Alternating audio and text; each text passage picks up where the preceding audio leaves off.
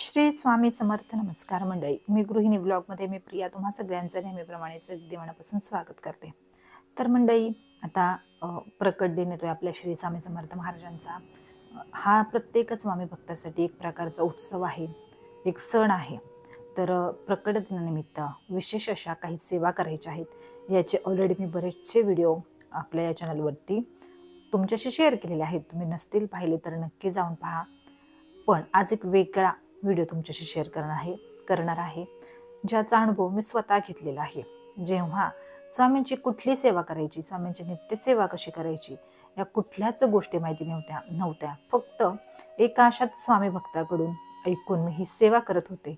यासाठी तुम्हाला ना जपमाळ लागणार आहे, ना तुम्हाला कुठलं पारायण करायचं आहे, ना कुठली वेगळी अशी सेवा करायची आहे, ना तुम्हाला तासनतास स्वामींसमोर बसायचं आहे.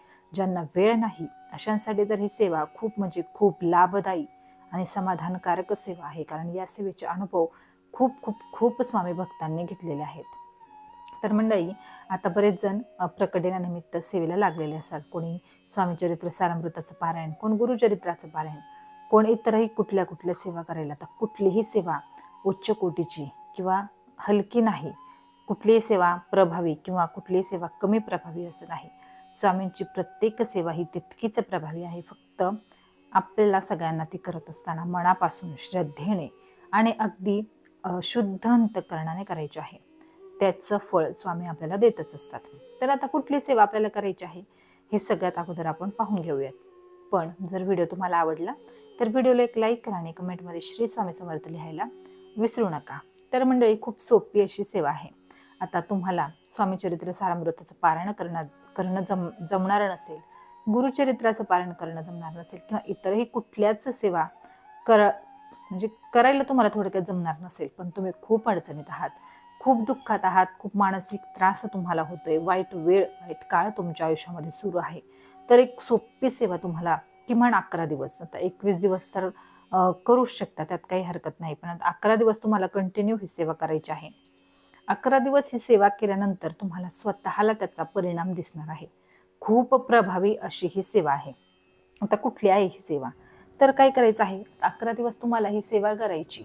आता ही सेवा करत असताना किंवा कुठलीही स्वामींची, दत्तगुरु महाराजांची सेवा करत असताना सगळ्यात महत्त्वाचा नियम पाळायला पाहिजे. तो म्हणजे तुम्हाला मांसाहार 11 दिवस वर्ज्य ठेवायचा आहे. म्हणजे घरामध्ये तुम्ही करू शकता, तर तुमच्या घरातल्या लोकांना खावं लागत असेल किंवा तुम्हाला बनवून द्यायचं असेल तर मात्र तुम्ही देऊ शकता, पण स्वतः तुम्ही अजिबातच 11 दिवस स्वामींच्या प्रकट दिनाच्या दुसऱ्या दिवशीपर्यंत तुम्हाला नॉनव्हेज हे पूर्णपणे वर्ज्य करायचं आहे. दुसऱ्यांच्या घरचं म्हणजे परान्न शक्यतो टाळा, घेऊ नका या पिरियडमध्ये किंवा इतरही वेळी. परान्न जे आहे किंवा भंडाऱ्याचं जेवण वगैरे आपण म्हणतो तर ते टाळायचं. तुम्ही दान करू शकता, त्यात हरकत नाही. दान ही सगळ्यात आवडती सेवा आहे स्वामींची. अन्नदान ही सगळ्यात आवडती सेवा आहे, त्यामुळे तुम्ही ते करू शकता. पण एखादी सेवा तुम्ही जेव्हा करत असाल तेव्हा मात्र या गोष्टी तुम्हाला कटाक्षानं टाळायच्या आहेत. आता दुसरा नियम म्हणजे मासिक पाळी. तर मासिक पाळीचा काही प्रॉब्लेम असेल तर मग तुम्ही, आता व्हिडिओ येतोय तर हे 4 दिवस जाऊ द्या आणि 25 तारखेच्या आसपास जरी तुम्ही 7 दिवस जरी ही सेवा केली तरी काहीच हरकत नाही. आता तुमची मासिक पाळी चालू असेल तर 20, 19, 20 नंतर तुम्ही ही सेवा कंटिन्यू 11 दिवस करू शकता, काहीच हरकत नाही. 11 दिवस ज्यांना जमणार नसेल त्यांनी 7 दिवस तरी ही सेवा किमान 7 दिवस तरी करा आणि तुम्ही याचा अनुभव घ्या. तर कुठली सेवा करायची आहे, तर आपल्याला काय करायचं आहे, आता तुमच्या जवळपास कुठेही स्वामींचा मठ असेल, केंद्र असेल किंवा दत्त महाराजांचं मंदिर असेल तर त्या मंदिरात तुम्हाला आवर्जून आरतीला हजर राहायचं आहे. जेव्हा कधी आता केंद्रात 10:30 वाजता सकाळी आरती असते, तर केंद्रात म्हणा, मठात म्हणा किंवा दत्त महाराजांच्या मंदिरात आरतीच्या वेळी तुम्हाला आवर्जून हजर राहायचं आहे.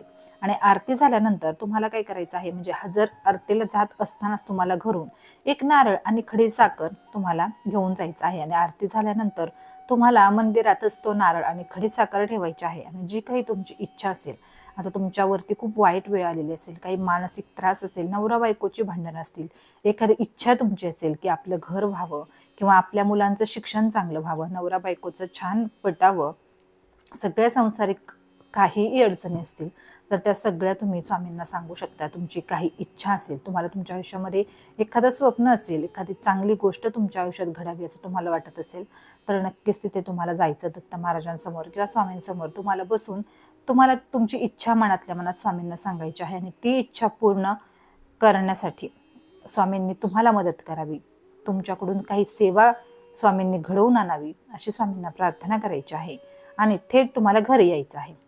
हे करत असताना तुम्हाला या गोष्टी कोणालाही सांगायच्या नाहीत. सकाळी जायचं लवकर, आरतीच्या वेळी जायचं. तर फक्त पहिल्याच दिवशी आणि शेवटच्या दिवशी तुम्हाला खडीसाखर आणि नारळ न्यायचा आहे.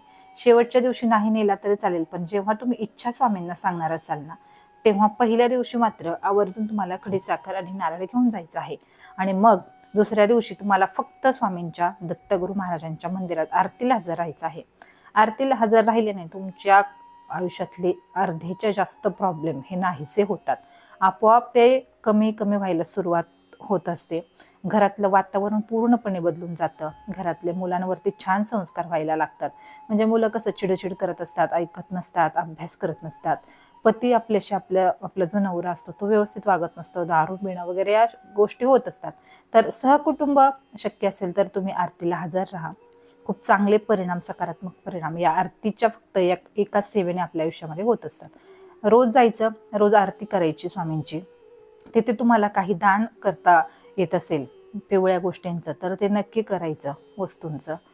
त्याचबरोबर तिथे काही सेवा असेल, म्हणजे जसं की मंदिराची साफसफाई असेल किंवा इतरही सेवा असतील, मंदिराच्या बाहेर जी चपला पादत्राणे असतात ती इकडे तिकडे पडलेली असतात तर ती एकाच जागेवर व्यवस्थित ठेवणं असेल. मंदिराच्या आसपास औदुंबराचं झाड असतं तर त्याची पानं वगैरे मंदिरात गळालेली असतील तर ती उचलून व्यवस्थित एका साईडला ठेवणं. छोट्या छोट्या या ज्या सेवा आहेत त्या मंदिरात तुम्ही करू शकता. हा पण एक गोष्ट आहे की जेव्हा जेव्हा तुम्ही आरती करायला मंदिरात जाल तेव्हा तुम्हाला तुमची इच्छा वारंवार स्वामींना सांगायची आहे.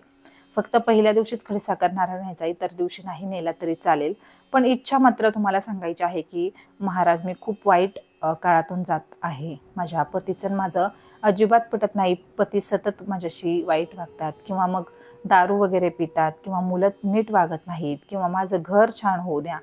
खूप म्हणजे अडचणीत आहात, तुमच्या मनामध्ये कसली भीती आहे.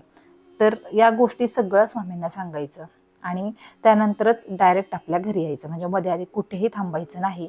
आणि घरी आल्यानंतर ना तुमची जी काही घरातली कामं आहेत नित्यसेवेची तर ते तुम्हाला करून घ्यायची आहे. म्हणजे घरात जे काही सेवा तुम्ही करत असाल, नामजप असेल, तारक मंत्र असेल तर ते सुद्धा तुम्हाला कंटिन्यू 11 दिवस चालू ठेवायचे आहे.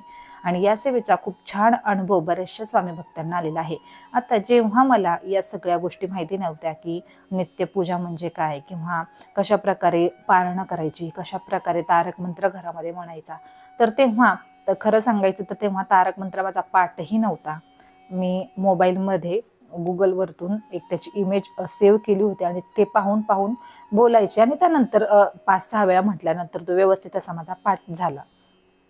त्याच्यानंतर मग टीव्हीवरती मोबाईलवरती सुद्धा मी घरामध्ये कंटिन्यू लावायचे. पण हे आरतीचं वगैरे जास्त काही मला माहिती नव्हतं. मग नंतरनं एका स्वामी भक्ताकडून मला ते समजलं आणि मी आमच्या म्हणजे घराच्या जवळपासच एक स्वामींचा मठ आहे तर तिथे माझ्या सासूबाई जायच्या आणि त्या जायला लागल्यापासूनच आमच्या घरामध्ये एक सकारात्मकता मला जाणवायला लागली आणि मग मला ते स्वामींच्या आरतीचं महत्त्व कळालं. आणि मग तिथे प्रत्येक गुरुवारी प्रसाद आणायचा. प्रत्येक जे स्वामी भक्त जे कोणी मठात केंद्रात जातात तर त्यांनी तर अशा प्रकारे मग एखाद्या गुरुवारी आमच्या घरातून सुद्धा तिकडे आरतीच्या वेळी प्रसाद जायचा. तो प्रसाद पुन्हा घरी यायचा आणि सगळेजण आम्ही तो आरतीचा जो प्रसाद असतो आरतीच्या वेळी दाखवलेला स्वामींना दिलेला तो प्रसाद सगळे खायचो. जी भाजी चपाती काही आपण दिलेली असेल ते तर बऱ्याचशा स्वामी भक्तांना माहिती असेल. तर केंद्रात काय होतं थोडंसं स्वामींना ठेवतात आणि बाकीचा जो डब्बा आहे उरलेलं जे नैवेद्य आहे तो आपल्याला घरी देतात आणि सगळे मिळून ते आपण खायचा असतो. तर एका तेवढ्या छोट्याशा उपायाने म्हणजे माझ्या सासूबाई रोज आरतीला जायच्या आणि प्रत्येक गुरुवारी आम्ही घरी नैवेद्य बनवून त्या प्रत्येक गुरुवारी त्या माझे मिस्टर किंवा मी आमच्या तिघांपैकी कोणीतरी 2 जण जायचं होतं नैवेद्य घेऊन. त्याचाच खूप सकारात्मक परिणाम मला माझ्या घरामध्ये दिसायला लागला आणि तिथून पुढे मला स्वामींच्या आरतीचं महत्त्व कळलं. त्यानंतर मग आता पारायण करतो आपण तेव्हा सुद्धा सकाळ संध्याकाळ घरामध्ये आरती होते. त्यामुळे तुम्ही आपसुकच अनुभव घ्याल की आरतीचा प्रभाव स्वामींच्या खूप खूप खूप छान आपल्या घरावरती पडत असतो. खूप पॉझिटिव्ह सकारात्मक वातावरण घरामध्ये होत असतं.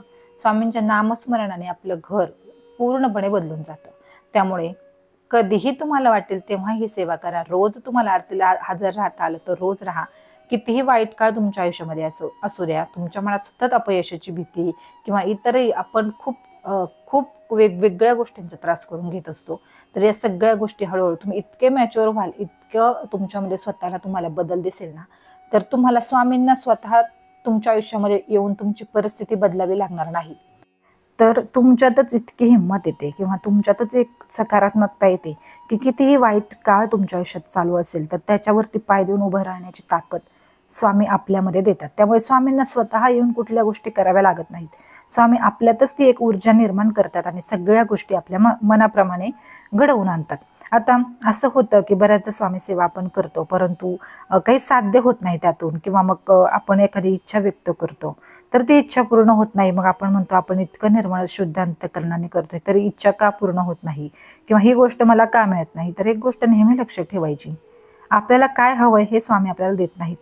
आपल्यासाठी काय योग्य आहे हे स्वामी आपल्याला देत असतात आणि ते योग्य अयोग्य कळण्याची क्षमता आपल्याकडे असायला हवी की ही गोष्ट आपल्यासाठी खरंच योग्य आहे का, किंवा ही गोष्ट आवश्यक आहे का, हे आपल्याला समजायला हवं. त्यानंतर तुम्ही कुठल्याही प्रकारची स्वामी सेवा करा.